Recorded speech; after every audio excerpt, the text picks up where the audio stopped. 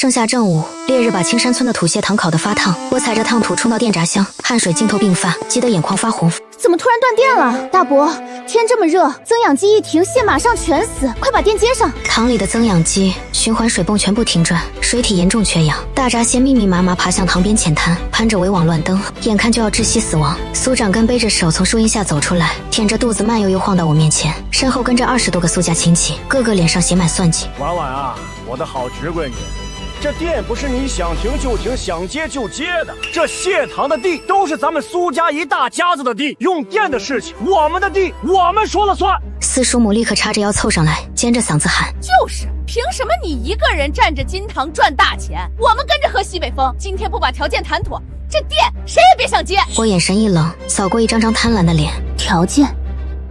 什么条件？直说，别拿螃蟹的命当筹码，太下作。苏长根往前一步，语气又蛮横又得意。爽快！大学生就是不绕弯子。那大伯也明说了，第一，当年1000一亩租给你是看你可怜，租金必须涨到每年1万一亩，一次性先交3年，少1分都不行。第二，你天天往塘里倒那些神神秘秘的药粉，谁知道会不会污染水土？把药膳饵料配方交出来，全家共用，由全苏家监督。第三，你螃蟹养得好，全靠咱们苏家的地好水好，以后螃蟹全苏家一起养，利润苏家全家拿70%，你拿30%，就当是给全苏家的回报。堂叔攥紧拳头，恶狠狠地指着塘边的螃蟹。不答应，今天就一直断电，让你的螃蟹全闷死，一只都别想活。到时候你1分钱拿不到，还得赔我们地钱。四叔母翻了个白眼。苏婉，做人不能忘本。你爹妈死得早，要不是我们苏家收留你，你早饿死了。一个人赚那么多钱干嘛？最后还不是嫁出去？不如把配方留给亲戚们。老渔民王大爷拄着鱼竿挤开人群，气得吹胡子瞪眼。苏长根，你还要不要点老脸？晚晚回村养蟹，哪点对不起你们？当初租地，他怕你们日子难，主动给了市场价2倍的租金。蟹塘的增氧机、水泵全是他自己掏钱装的，逢年过节还给你们老苏家的老人送米送油。你们摸着良心说说，他哪点忘本了？王大爷指着苏长根，气得手都在抖。你们眼红他赚钱，就使阴招断电抢配方，这是明抢，是欺负孤儿寡女。他一个姑娘家，天天起早贪黑调水喂蟹，凌晨3点还在巡塘，你们不帮忙就算了，还联合起来堵着欺负他。丢不丢青山村的人？村长李建国快步赶来，挤进人群，厉声呵斥：长根，你太过分了！苏婉有正规承包合同，你私自拉闸断电胁迫他人，这是违法犯罪！再闹，我现在就报警！苏长根扬着下巴，一把推开村长。报警？这是我们老苏家的私事，是家事，你一个外姓人少管闲事。我们苏家教育自家侄女，轮不到你指手画脚。几个七大姑八大姨立刻围上来，拉着村长就往一边架。村长，你别管，这是我们苏家自己的事儿。走走走，你去那边抽烟去，别来掺和我苏家家事儿。我看着满塘挣扎的螃蟹，又扫过眼前一张张丑陋的脸，深吸一口气压下怒火，嘴角突然勾起一抹冰冷的笑。好，苏长根和亲戚们对视一眼，顿时爆发出哄堂大笑。好啊，不愧是咱们苏家的好孩子，快去拿纸笔，让他把配方写下来，终于要发财了。以后咱们苏家再也不用种地了。我也笑了，却是刺骨的嘲讽。我说好，我不干了。50亩地原封不动还给你们，这水这土，你们自己留着慢慢发财。热闹的笑声戛然而止，苏长根的笑容僵在脸上，满脸不信。苏婉，你少装硬气吓唬人！你前前后后投了200多万进去，说不干就不干，我才不信！四叔母抱着胳膊嗤笑：退个屁！他就是装样子。再断电1小时，他准哭着来求我们。这几万斤成蟹，他扔得起吗？就是，你除了养蟹还能干什么？最后还得乖乖求我们。我不理会他们的嘲讽，转身挤出人群，径直走向塘边的简易铁皮房。锁上门后，我快步冲进里间的恒温培养室，蹲下来仔细检查一排排培育箱里的蟹苗，悬着的心终于放下。还好培养室走的是独立线路，没被断电。他们以为抢了糖和饵料配方就能发财，真正的核心是我培育了3年的纯种蟹苗，还有配套的水质调控和脱壳期养护方案。这些他们一辈子都学不会。我小心翼翼地把核心蟹苗装进便携恒温培养箱，掏出手机飞快拨号。王老板，电话那头传来王富贵爽朗的声音：“苏老板，大忙人啊，今天怎么有空给我打电话？是不是又有好蟹要给我留着？”我望着窗外乱作一团的蟹糖，语气干脆利落：“我塘里有6万斤精品大闸蟹，平时268一斤，今天100一斤，整塘清给你。”王富贵猛地一拍桌子，声音都变了调：“多少？100一斤？苏老板，你没开玩笑？6万斤全清？你没发烧吧？这可是顶级精品蟹，平时我抢都抢不到。”我眼神坚定，语气不容置疑：“我没开玩笑，只有2个条件：第一，整塘清货，1只不剩，死的活的全拉走；第二，立刻调10辆货车，带活养运输箱和60个捕捞工，1个小时内必须赶到青山村。”王富贵重重一拍桌子：“苏老板痛快，我马上出发，保证1小时内到。你等着，我老王办事你放心，晚1分钟我自罚1万块。”1小时后，苏长根和亲戚们还挤在塘边，见我迟迟不出来妥协，终于开始慌了。四叔母拉着苏长根的胳膊，急得直跺脚：“大哥，螃蟹都快死透了，他怎么还不出来？等他交了配方，这螃蟹怎么分？我家来了3个人，得多分。我儿子还等着这笔钱娶媳妇呢。”另一个堂婶也凑上来：“就是我家也出了力，我要多分2亩塘。”苏长根坐在树荫下，得意地扇着扇子：“慌什么？就算这螃蟹全死了，有了它的配方，咱们每家明年都能盖新房、买汽车，在场的每个人都有份儿。我苏长根说话算话。”话音刚落，村口的土路上尘土飞扬，10辆印着大王水产的蓝色货车疾驰而来，工人扛着网具，搬着活养运输箱跳下车，二话不说就下塘捞蟹。苏长根手里的扇子掉在地上，眼睛瞪得像铜铃：“这是怎么回事？谁让他们来捞螃蟹的？停下！都给我停下！这是我们苏家的塘，谁让你们进来的？”我从铁皮房走出来，正好看见王富贵从领头的奔驰车上下来。王富贵大步走到我身边，笑着拍了拍我的肩膀：“苏老板，我老王没迟到吧？刚好59分钟。你看我这队伍够不够？不够我再叫20个人过来。”我淡淡点头，指向岸边扎堆的螃蟹：“来得正好，现在塘里缺氧，螃蟹全在岸边，正好清塘。记住我的要求，1只都别落下，别给他们留1只。”王富贵立刻对着工人们大喊：“兄弟们，加快速度，1只不留！干完今天每人加200块奖金。”“好嘞，王总。”工人们动作飞快，一箱箱肥美的大闸蟹被搬上货车。苏长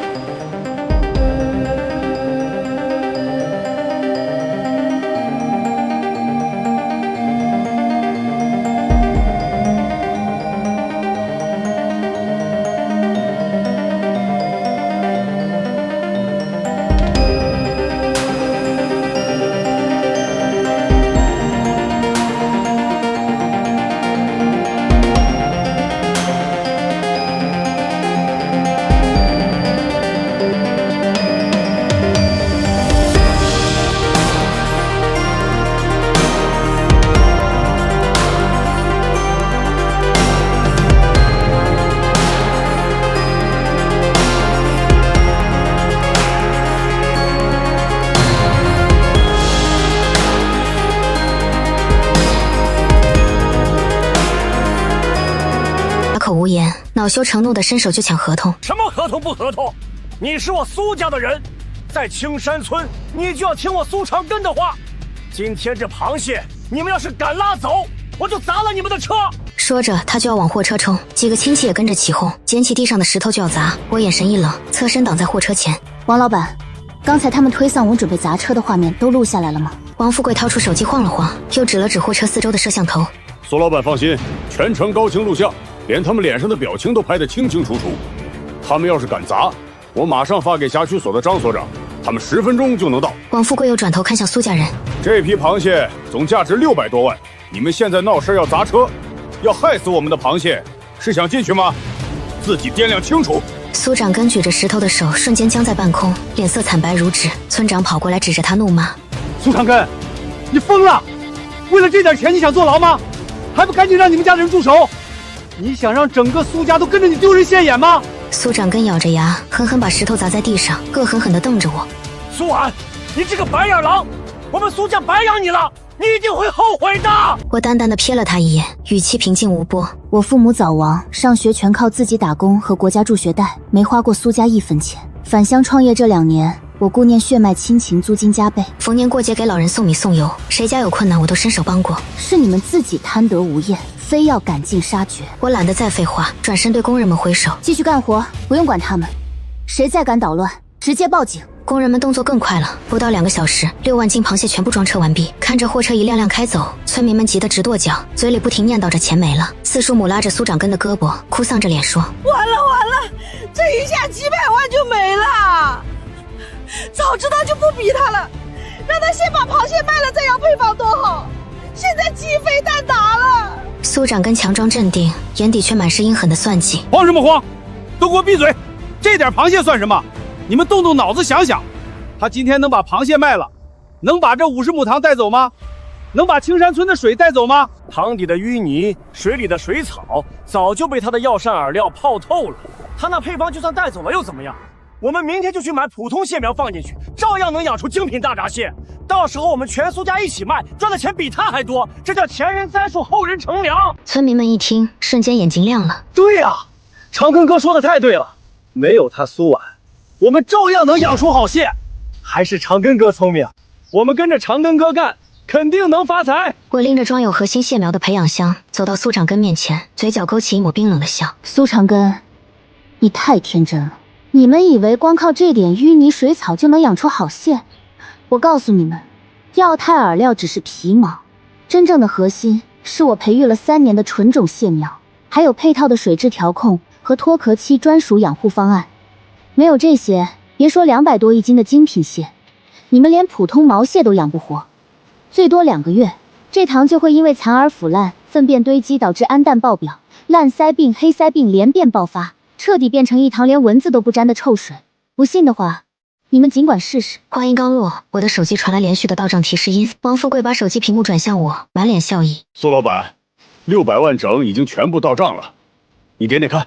我点了点头，目光淡漠地扫过眼前这群贪婪的亲戚。苏长根，如你们所愿，这50亩塘我还给你们，希望你们能靠它过上你们想要的好日子。说完，我转身走向王富贵的奔驰车，拉开车门坐了进去。车子缓缓启动，苏长根和村民们的叫骂声被越来越远地甩在身后。骗我们不懂行，苏婉，你给我等着，我们一定会赚大钱，让你后悔。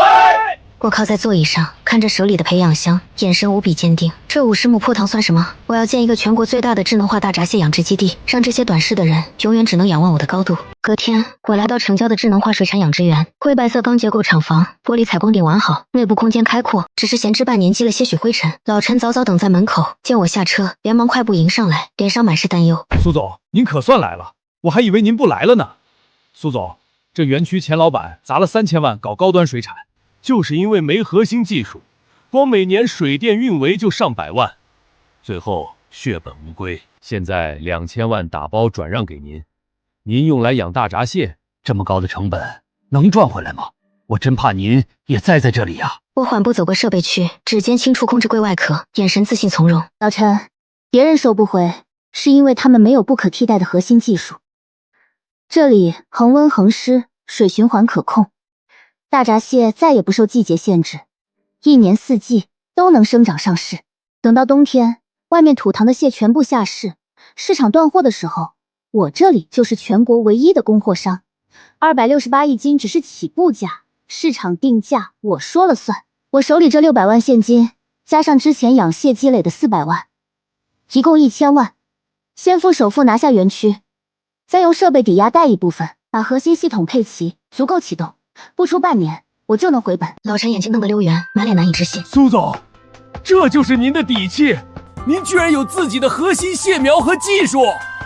我望向一排排空置的养殖池，语气坚定，充满野心。老陈，这不是简单的养蟹，是整个水产行业的升级换代，用核心技术做壁垒，用标准化运营提效率，筑起一道他们永远也跨不过去的棉坎。我要让全国的消费者1年4季都能吃到高品质的大闸蟹。3天后，园区正式启动改造。我带着老陈和技术小组，先做基础清洁、电路检修、水循环系统试压。核心育苗室优先改造完成，温度恒定22摄氏度，湿度65%，空气3级过滤，无菌无尘。我小心翼翼打开便携培养箱，将核心蟹苗缓缓放入清澈的育苗池中。老陈凑近观察，忍不住惊叹：苏总，这蟹苗品相我干10几年从没见过，活力、规格、活跃度全是顶级，跟市面上那些普通蟹苗比，简直是天壤之别。我笑了笑，轻声解释：这是我3年选育5代提纯的纯种母本，比普通蟹苗生长快30%，抗病能力强50%，蟹黄蟹膏饱和度是普通蟹2倍，还能适应高密度工厂化养殖。普通蟹苗进这种池，3天就应箱发病，我的苗能稳定存活，快速成长。技术员围过来，满眼期待。苏总，这批苗什么时候能上市？我们都等着看您创造奇迹呢。我看了眼日期，语气笃定。现在7月中，第一批成蟹10月初上市，赶中秋国庆；第2批12月，第3批来年3月，全年不断货。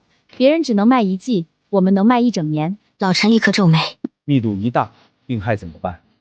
前园区就是烂腮病、黑腮病连片爆发，直接垮掉。这是工厂化养殖最大的难题啊。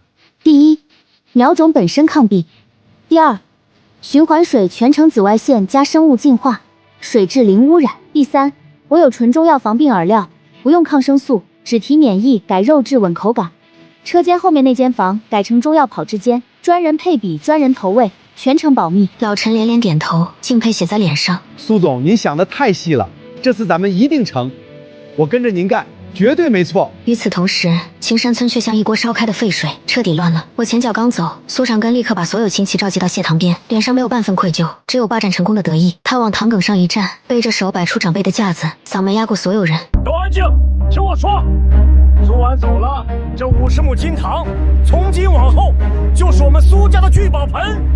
以后咱们苏家再也不用看别人脸色过日子了。人群瞬间炸开，欢呼声、吵闹声混在一起。发财了，咱们真要发财了！以后再也不用种地打工了，躺着都能赚钱。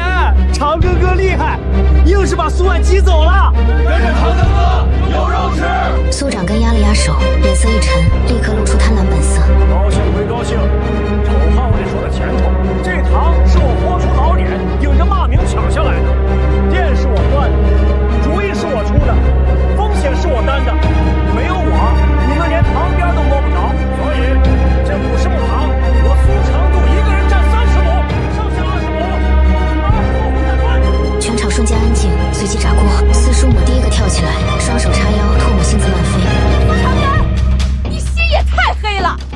当初断电、围塘我都出力了，分钱分塘你一口吞掉60%，你当我们是傻子啊？凭什么你占30亩？最多你占10亩，剩下的平均分。凭什么你占大头？要分就平均分。你想一个人吃独食，门儿都没有。不平均分，我们就不干了。看你一个人怎么养蟹。苏长根眼睛一瞪，拿出长辈威风，指着众人破口大骂：反了你们！我是家老，这塘在苏家地上，我说了算。谁再敢闹，直接踢出家谱，不准进祠堂。我看谁敢不服！家族压力一压下来，众人瞬间蔫了。分塘刚定，立刻为钱从哪儿出，成本怎么摊炒得天翻地覆。我家只有5000块，多了拿不出来。我家还要给老人看病，最多出1万。苏长根你占30亩，你得出大头，最少出50万。苏长根脸一黑，我出20万，剩下的你们平摊，爱干不干。村民们本来就靠种地打零工糊口，100万凑得极为艰难。有的卖了家里耕牛，有的取出了攒了一辈子的棺材本，有的借了高利贷，有的把给孩子上学、给老人看病的钱都拿了出来。钱一到手，所有人都像惊弓之鸟，死死盯着成本，1分钱都不敢多花。成本必须压到最低，不然赚不回来。苗越便宜越好，能省一点是一点。饲料也买最便宜的，别搞那花里胡哨。苏完以前不也用这些吗？苏完以前用的都是2种苗，贵是贵，但好养活。咱们还是买好点的苗吧，不然死了就亏大了。立刻被众人围攻反驳：2种苗贵1倍多，成本太高，咱们赚不到钱，咱们就是要赚快钱，便宜苗回本快，风险小。塘里有苏婉留下的底子，随便丢点便宜苗都能活。对，只要苗便宜，成本低，就算长不大，咱们也不亏。所有人都达成一致，不买2种苗，只买最便宜的普通糖苗。苏长根连夜联系外地苗贩子，专挑报价最低的货源，连苗的品质、成活率、产地都没问。苗贩子拍着胸脯说：包活，长得快，3个月就能上市。他立刻信了，花了5万块买回了一大批最廉价、最劣质的普通糖蟹苗。投苗那天，苏长根站在糖埂上得意大笑：苏婉能养，我们也能养。堂底有他留下的灵丹妙药，咱们用最便宜的苗赚最多的钱。等螃蟹上市，咱们每家都能盖新房、买汽车。所有人都信了，没人改底，没人调水，没人补菌，没人控密度，没人管水草。塘里黑臭淤泥依旧，烂草漂浮，水质浑浊。他们连一眼都没看。投苗第10天，噩梦开始。当天清晨，塘边只浮起10几只死苗。苏长根随口一句：正常，养蟹哪有不死的？第2天死苗连成一片，第3天白花花的小蟹铺满塘边，腥臭刺鼻，苍蝇嗡嗡乱飞。四叔母第一个冲到塘边，看着给儿子娶媳妇的几万块打了水漂，当场坐在地上拍腿哭天抢地。我的钱啊，那是给儿子娶妇的救命钱，怎么全死了？苏长根，都怪你！要不是你逼走苏婉，独吞堂口，非要买便宜苗，我们能落到这个地步吗？这一哭彻底点燃所有人的怒火，村民们一拥而上，围着苏长根破口大骂：你不是说便宜苗最划算吗？怎么全死了？你为了压成本，专挑最差的苗，你安的什么心？我们的棺材本、娶媳妇钱、上学钱，全被你糟光了！你赔我们钱！你赔我们钱！赔我们学蟹钱！苏长根急得满嘴起泡，围着堂口疯狂打转。哭什么哭？吵什么吵？死点苗很正常，再等等就活过来了，过2天就好了。你们急什么？等，再等就全死光了。有人红着眼睛，直接把死蟹扔到他身上。混乱中，王大爷路过，蹲下来看水色，捞淤泥，连连摇头。长根，你们这不是养蟹，是作孽。这水早就完了，氨氮、亚硝酸盐全爆表，黑臭底泥没改，水草烂完，菌相全崩。苏婉在时，天天起早贪黑调水改底补菌护草，一天不敢停。你们倒好，抢了糖，一分力气不出，密度还放这么大，蟹不死才怪。再说你们买的这种廉价糖苗本来就弱，抗病差，应激大，跟苏婉那种3年选炼的纯水苗根本不是一个东西。他的苗能扛，你们的苗一遇坏水就死。我早就劝过你们，你们不听，现在后悔了吧？王大爷的话像一盆冰水浇在所有人头上。苏长根腿一软，瘫坐在满是污泥的塘埂上，眼神空洞，面如死灰。他终于明白，我当初说的每一句话都不是吓唬他。他们为了省成本买廉价苗，为了抢利益内讧不休，为了贪便宜不肯出力。这50亩被他们抢来的糖，从一开始就是一口死糖。苏长根，你还我们的血汗钱！那是我给娃上学的钱，是我给老娘看病的钱，全被你霍光光了！你这个骗子，你这个黑心家老！所有人都在怪他，所有人都在恨他，红着眼睛扑上来要他赔钱。苏长根捂着脸，肩膀剧烈颤抖，一句话也说不出来。可即便到了这一步，他们依旧不死心。苏长根像疯了一样，挨家挨户鼓动：不能就这么完了，咱们100万不能白花，只要把病治好，蟹还能活，咱们还能翻身。谁能找到救蟹的药，我给他多分2成利润。四叔母也红着眼，逢人就拉住问：有没有治蟹病的特效药？多少钱都愿意买，只要蟹能活，求求你们了，救救我们吧！几天下来，真有一个外乡贩子主动找上门，拍着胸脯打包票：我这药是独家秘方，专治烂腮、黑腮、死苗、掉苗，一倒下去3天见效，死蟹都能救活，别人想买我都不卖。苏长根眼睛一亮，像抓住最后一根救命稻草。多少钱？只要能治好，多少钱我都买。贩子咧嘴一笑：1箱5000，10箱起效，想救满塘蟹，最少买40箱。四叔母吓得脸色发白，40箱，那可是整整20万啊！我们家底都快空了，再也拿不出钱了啊！太贵了，万一没用呢？我们再也亏不起了。要不还是算了吧，认栽了。亏？现在不买药，1分钱都拿不回来。买了药，蟹活了，咱们就能翻本儿。都到这一步了，拼了！把家里剩下的钱全拿出来，就算借钱，也要把药买回去。众人被他逼得走投无路，只能咬牙点头。他们砸锅卖铁，拆东墙补西墙，凑够20万，买下了40箱所谓的特效药。当天下午，苏长根亲自带队，全家老小齐上阵，把所有药一股脑，毫不稀释，全部倒进了血塘里。倒药的时候，他还站在塘埂上不停念叨：“活过来，都给我活过来！明天一早，你们全都要活过来！老天爷保佑，一定要让螃蟹活过来呀！”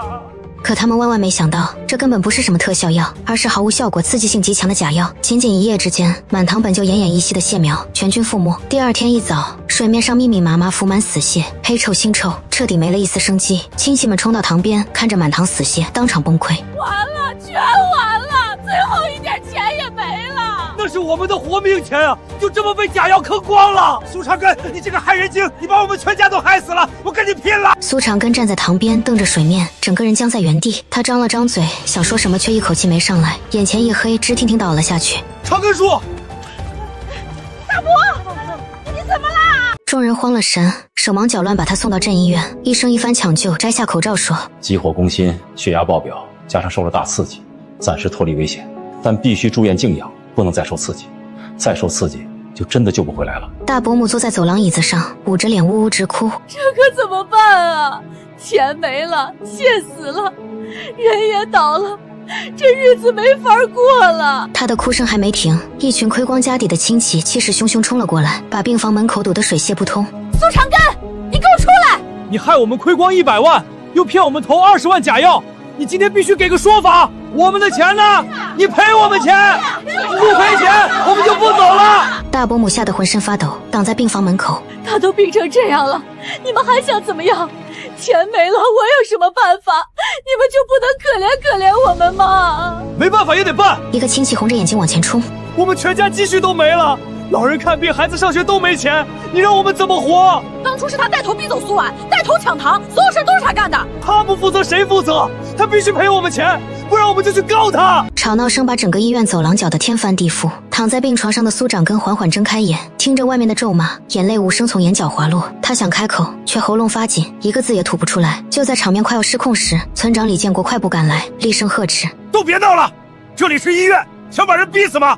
再闹下去，全都要被派出所带走！”众人看是村长，气焰稍稍收敛，却依旧满脸不服。村长，我们的钱全都没了，你得给我们做主啊！苏长根害了我们全家，不能就这么算了。李建国沉下脸，钱没了可以再想办法，再闹下去，全都要被派出所带走。都先回去，有事我来协调，我会想办法帮你们的。好说歹说，他才把怨气冲天的村民一个个劝走。李建国推开病房门，看着病床上面色枯槁的苏长根，重重叹了口气：“长根啊，我当初怎么劝你的？让你别贪心，别批人太甚，你一句都听不进去。婉婉的孩子是被你们硬生生逼走的。”苏长根身子猛地一颤，浑浊的眼泪瞬间涌满眼眶。他挣扎着抓住李建国的胳膊，力气大的指节发白，老泪纵横。建国，我错了，我真的知道错了。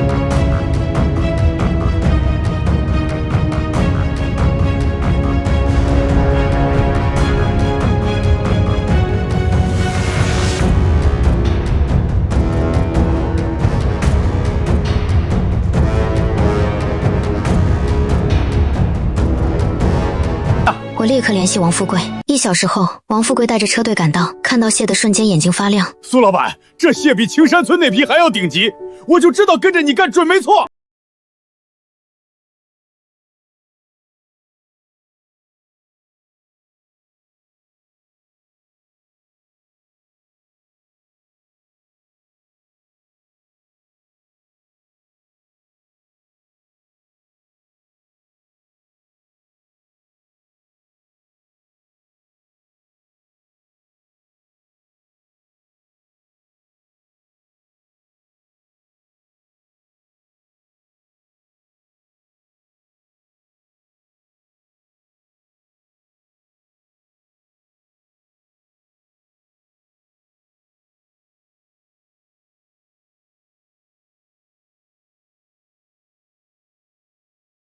我还剩大笔现金流。从被逼退堂到逆风翻盘，我只用了3个月。半个月后，皖鲜大闸蟹成了高端水产市场的硬通货，268一斤的出厂价，到了高端餐厅、礼品渠道，直接卖到368到588一斤，依旧供不应求。不少经销商堵在产业园门口，求着我多分一点货。苏总，求求你给我分点货吧，我那边客户都快把电话打爆了。苏总，我加价10%，给我分1万斤就行。老陈拿着订单报表，手都在发抖。苏总，线上预售已经排到明年3月，线下还有20多家酒店、商超等着签合同，咱们的产能根本跟不上，现在有钱都赚不完啊！我看着监测屏上稳定生长的蟹群，语气沉稳。不急，稳扎稳打，先把现有车间的产能拉满，优化养殖密度和生长周期，保证每一只蟹的品质不滑坡。口碑是底线，宁可少卖，也不能砸了皖鲜的牌子。就在皖鲜一路高歌猛进时，恶意竞争也悄然而至。阳澄湖片区几家老牌蟹商看着自家蟹卖不动，开始联合在网络上造谣抹黑。皖鲜大闸蟹是工厂化催熟的，用了激素、抗生素，吃了伤身。苏皖就是个骗子，所谓科技养殖，全是化学药剂堆出来的。谣言越传越凶，不少老顾客开始私信询问，合作的商超也发来问询函。老陈急得团团转，冲进办公室。苏总，这些人太恶毒了，凭空捏造，恶意打压我们。再这么下去，订单要受影响了，咱们必须赶紧澄清啊！我放下手中的技术手册，眼神冷冽。清者自清，浊者自浊。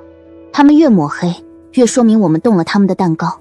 越是这个时候，我们越要冷静。我当即安排3件事：第一，把皖鲜大闸蟹的第三方权威检测报告、蟹苗选绿专利、中药饵料配方备案全部上传官网，标注编号可随时查询。第二，邀请市食药监局、媒体记者、消费者代表免费进入产业园全程参观，从育苗到捕捞全程直播，无任何遮挡。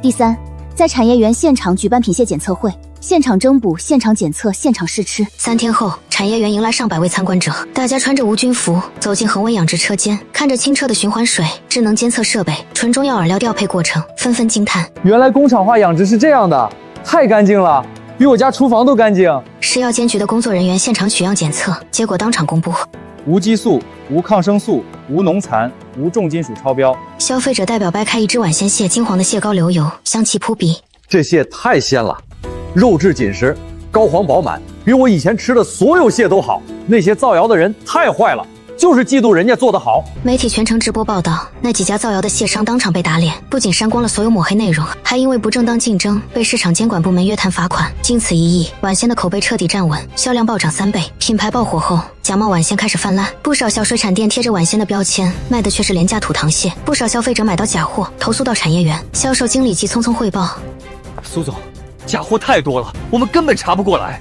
很多商家换个账号就继续卖，防不胜防。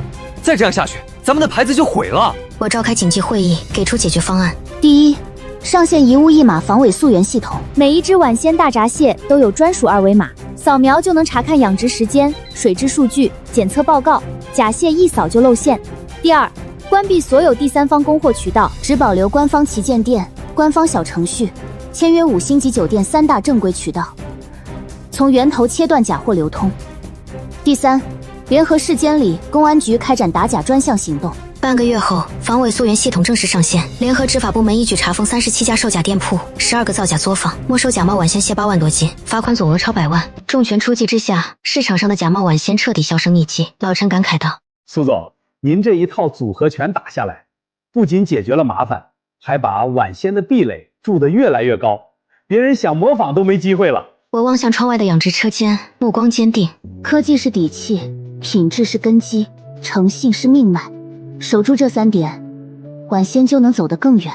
现金流稳定后，我开始布局产业链深加工。我拿出800万资金，建设现代化深加工车间，主打蟹黄酱、蟹粉、醉蟹、加热即食清蒸蟹5大产品。第一批产品上线，瞬间引爆市场，让皖鲜蟹黄酱冲上电商热搜，还出口到新加坡、马来西亚等国家，海外订单源源不断。深加工产品的利润率是现货大闸蟹的3倍，产业园的盈利能力再上一个台阶。老陈拿着财务报表，激动不已。苏总，咱们现在是育苗、养殖、深加工、销售全产业链打通，真正的行业龙头了，咱们的市值都快破亿了。我淡淡一笑，这只是开始，我们要做的是改写整个大闸蟹行业的规则，让科技养殖取代传统土塘养殖，让高品质大闸蟹走进千家万户。就在产业园蒸蒸日上时，村长李建国再次找上门。他头发花白了不少，脸上满是愁容，见到我就深深叹了口气。婉婉，我知道我不该来打扰你，可你们苏家那10几户实在撑不下去了。苏长根出院后身体垮了，再也威风不起来。那50亩蟹塘彻底荒废，臭水淤积，长满杂草，成了全村的心病。你那些亲戚们亏光了所有积蓄，欠了一屁股债，年轻人都跑出去打工，村里只剩老人孩子冷冷清清，连种地的力气都没有了。再这样下去，青山村就真的完了。我沉默不语，脑海里闪过当初被断电围堵、被逼退堂的画面，心里五味杂陈，恨么恨。可青山村是我长大的地方，那些亲戚终究是乡里乡亲。李建国看着我的脸色，小心翼翼开口：婉婉，我知道他们当初对不起你，做得太过分了。可他们现在真的知道错了。苏长珠天天在家骂自己，说自己鬼迷心窍，悔得肠子都青了。你那些亲戚们也都后悔了，说当初不该贪心，不该逼走你，现在只想有一条活路，你就帮帮他们吧，算我求你了。我站起身，走到窗边，看着智能化养殖车间的灯火。我不是圣母，不会轻易原谅曾经的伤害，但我也不想被仇恨困住。我要的不是报复，是证明。靠技术，靠诚信，靠勤劳，才能真正致富。靠贪婪，靠抢夺，靠欺压，最终只会一无所有。我转过身，语气平静：李叔，我可以帮他们，但我有4个条件，一条都不能改。你说，别说4个，40个我都答应。我回去立刻跟他们说，只要你肯帮他们，什么条件都可以。第一，那50亩荒废蟹塘，我重新承租，租期20年，租金按市场价双倍支付，每一分钱都直接打到他们的个人账户，不经过任何人之手。第二，我在青山村建立生态养殖合作社，所有愿意干活的村民都可以来合作社上班，月薪比本地工厂高20%，包吃住，买保险，按劳分配，多劳多得。第三，我免费提供蟹苗技术饵料，手把手教村民科学养蟹，但必须严格按照我的标准执行，不准偷工减料，不准乱用药品，不准擅自更改流程，违者直接开除。